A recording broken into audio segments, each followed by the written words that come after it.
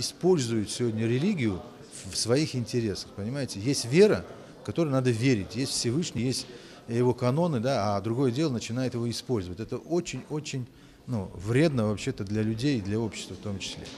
Поэтому я не согласен. Если что-то хочешь создавать, создавай.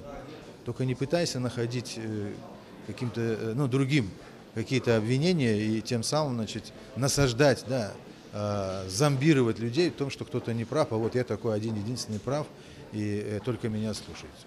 Что касается муфтия, мы находились в очень тяжелой ситуации, в начале 2000-х. Мы очень долго думали, встречались. И единственное, что повлекло нас вот пойти по такому пути, чтобы сказать, в конце концов, вы, ребята, прекратите заниматься собственным любованием, да, удовлетворяться какими-то собственными речами, там, и говорит, как ты хорошо сказал, вот ты там так отметил. Вопрос заключается в практических, как говорится, действиях.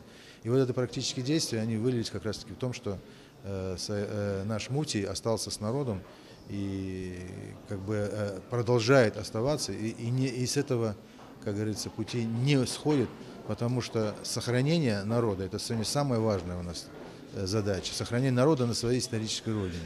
Это самое главное и самое важное, что должны сделать мы все вместе.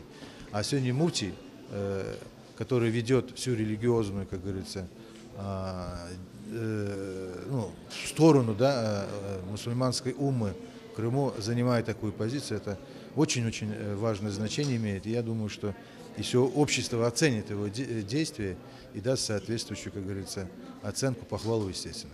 Лично я знаю его давно, он, конечно, связан какими-то дружескими отношениями. Мы все были связаны в свое время дружескими отношениями, но вот его шаг, я считаю, это мужественный шаг, который, несмотря на личные симпатии и антипатии, он поступил так, как сегодня подобает поступить настоящему мужчине, лидеру, как говорится, и который все свои действия связывает только с интересами народа.